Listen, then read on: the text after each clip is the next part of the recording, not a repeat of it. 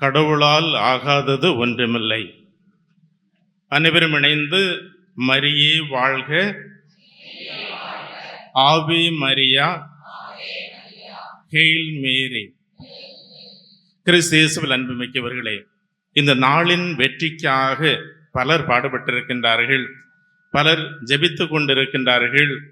இன்னும் இந்த கூட்டத்தில் கலந்து கொள்ளவில்லை என்றாலும் அவர்கள் இருக்கக்கூடிய இடங்களிலேயே நமக்காக பரிந்து பேசி ஜெபித்து கொண்டிருக்கின்றார்கள். அவர்கள் அனைவரையும் நினைத்து நாம் அன்னை மரியாளுக்கு மீண்டும் ஒரு முறை ஆவே மரியா, ஹெயில் மேரி, மரியே வாழ்க. நேற்று காலையில் இந்த அருமையான ஜெபமாலை பேரணியை வழிநடத்தக்கூடிய ஒருவரை நான் காலை திருப்பலிக்கு பிறகு சந்தித்து ஒரு குழுவின் பெயரை குறிப்பிட்டு, ஒருவேளை அந்த குழுவோடு நீங்கள் இருப்பதால் இந்த காவல்துறை மற்றும் அனைத்து ஏற்பாடுகளையும் இந்த பேரணிக்காக நீங்கள் செய்ய முடிந்தது போல என்று வாழ்த்துகின்ற துணியிலே தான் கூறினேன். ஆனால் அவர் சொன்னார், நான் அந்த குழுவை சார்ந்தவன் அல்ல, நான் பரிந்து பேசி கேட்டுக்கொண்டது ஒரே ஒரு நபர் என்று அந்த புலியகுளம் அருகில் உள்ள கார்மல் அடைபெற்ற சகோதரிகள்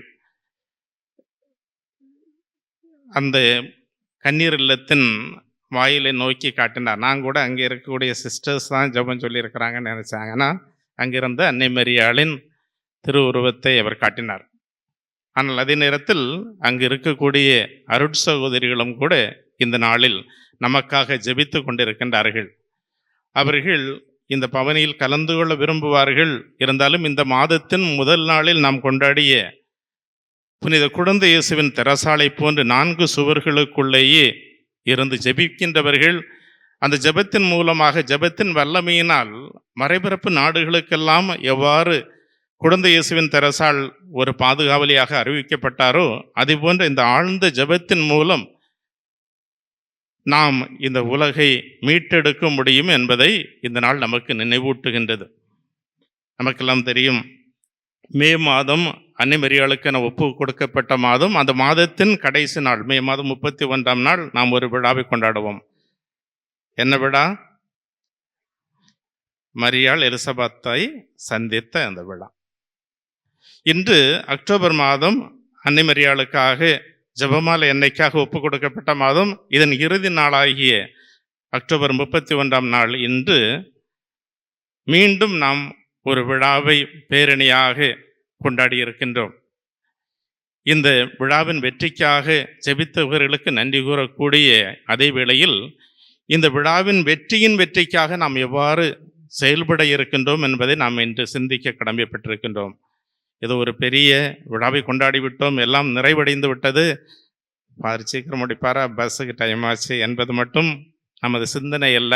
மாறாக இன்றைய முதல் வாசகத்தில் தொடக்க திரு அவையில் அன்னை மரியாள் திருத்தூதர்களோடு அந்த மாடி அறையில் அமர்ந்து ஜெபித்த அந்த நிகழ்வு சுட்டி காட்டப்பட்டிருக்கின்றது. திருத்தூதர் பணிகள் 1ஆம் அதிகாரம் 14ஆம் வசனம். அன்னை மரியாளை பற்றி விவிலியத்தில் புதிய ஏற்பாட்டில் காணப்படக்கூடிய கடைசி குறிப்பு. அந்த அன்னை மரியாள் திருத்தூதர்களோடு ஒலிவு மலையிலிருந்து இறங்கி வந்து அவர்களோடு ஒன்றாக ஜெபித்தார்.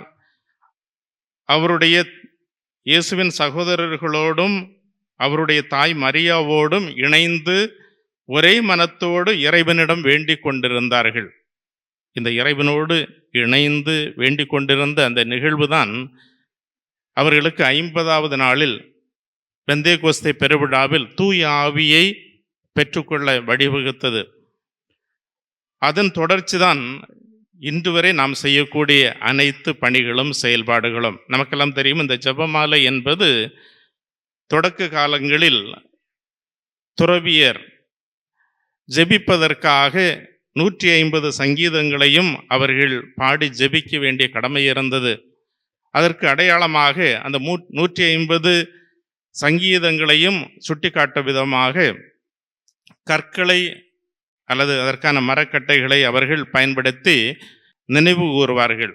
அவர் 50-50ஆக 3 முறை 53 50 × 3 150 சங்கீதங்களையும் குறிக்கும் விதமாக உருவாக்கப்பட்டதுதான் இந்த ஜெபமாலை. இந்த ஜெபமாலையை நாம் ஜெபிக்கின்ற போது தொடக்க திருஅவையிலிருந்தே எவ்வாறு அன்னிமரியாளும் திருத்தூதர்களும் ஜெபித்தார்களோ, அதற்கு முன்பும் தொன்று தொட்டிலிருந்தே இறைவனிடம் நம்பிக்கை கொண்டவர்கள் இறைவேண்டலில் ஈடுபட்டிருந்தார்களோ அவர்களோடு நாம் இணைந்து ஜெபிக்கின்றோம். ஒருவேளை ஒரு சிலர் இந்த ஜெபத்தை குறை கூறலாம். இன்றைய நற்செய்தியில் கூட வானதூதர் மரியாவை பார்த்து அருள் நிறைந்தவரே வாழ்க, ஆண்டவர் உம்முடனே, இதைத்தான் நாம் ஜெபமாலையிலும் ஜெபிக்கின்றோம். அன்பு இறைமக்களே, அன்னை மரியாளின் பக்தர்களே, இந்த நாள் நமக்கு உணர்த்த வேண்டியது ஆண்டவர் நம்மோடு இருக்கின்றார். ஆண்டவரால் ஆகாதது ஒன்றுமில்லை. இந்த ஜெபமாலை நாளின் இது மிகப்பெரிய பேரணியின் வெற்றியாக நாம் நினைக்க வேண்டியது என்னவென்றால், இந்த பேரணியின் போது பலரும் இந்த பேரணிக்கான நோக்கத்தை கரங்களில் தாங்கி வந்தீர்கள்.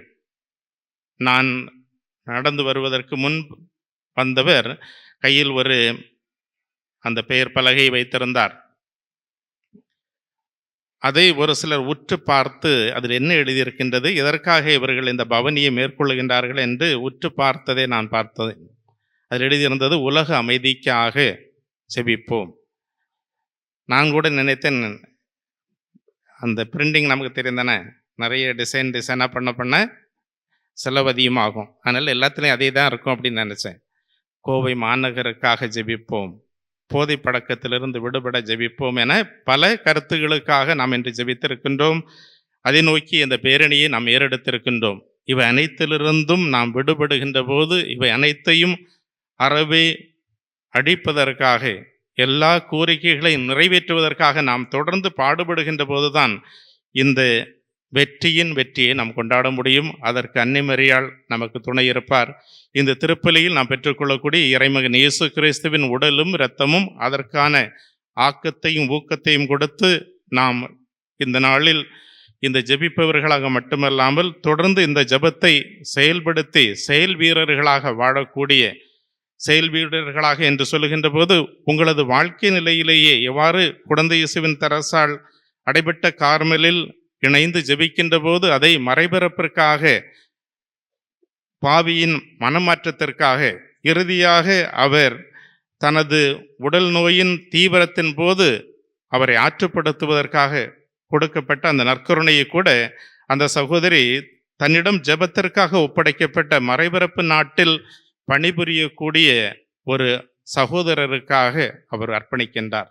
எனது வேதனை குறைய வேண்டும், எனது நோய் குணமாக வேண்டும் என்பதற்காக அல்ல, மாறாக அந்த மறைபரப்பு நாட்டில் பணிபுரியக்கூடிய அந்த துன்பமான சூழ்நிலையில் துயருறக்கூடிய மறைபரப்பு பணியை செய்யக்கூடிய அந்த அருட்சகோதரர் துடிப்பாக தனது பணியை செய்ய வேண்டும் என்பதற்காக அர்ப்பணித்து ஒப்புக் கொடுக்கின்றார்.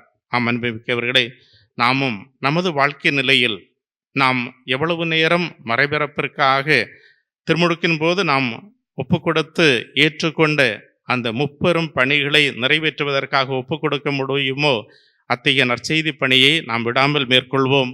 ஆனால் அதே நேரத்தில் பிறரும் இத்தகைய பணிகளில் செய்கின்றார்கள், அவர்களை நினைத்து அவர்கள் முழுமையாக ஆன்ம பலத்தோடு முழு நிறைவோடு தங்களது பணிகளை செய்வதற்காகவும் அர்ப்பணித்து ஜெபிப்போம்.